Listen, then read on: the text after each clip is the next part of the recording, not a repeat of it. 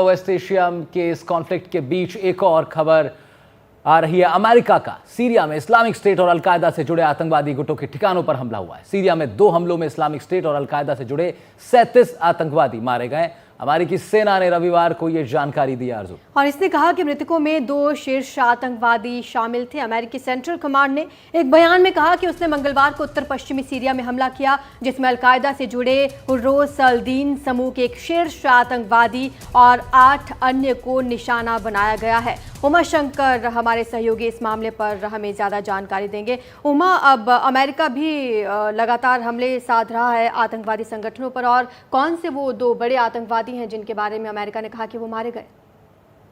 जी देखिए, अमेरिका जो एक ऑनगोइंग उसका जो एफर्ट है कि क्योंकि मध्यपुर में उसके फोर्स जो है तैनात है, उसका सैन्य अड्डा है और इस लिहाज से वो अपने आप को सिक्योर करना चाहता है, इसलिए अमेरिकी सेंट्रल कमांड फोर्स की तरफ से जो हमला किया गया है उसके बाद जो उसकी तरफ से बयान जारी किया गया उसमें साफ तौर पे कहा गया है कि 37 आतंकवादियों को मारा गया और ये आतंकवादी जो हैं आईसिस और अलकायदा से जुड़े हुए संगठनों के जो आतंकवादी वो हैं।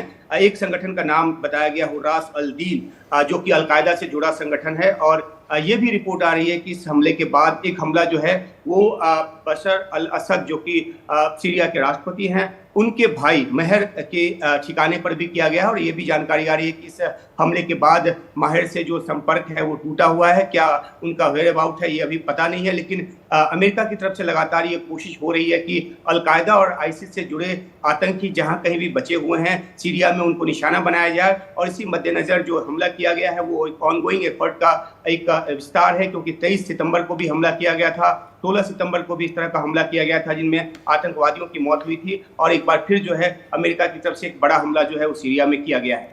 ठीक है उमा, बहुत शुक्रिया आपका तमाम जानकारी के लिए। तो उमा शंकर सिंह हमारे सीनियर एडिटर हैं फॉरेन अफेयर्स के, जानकारी दे रहे थे इस खबर पर।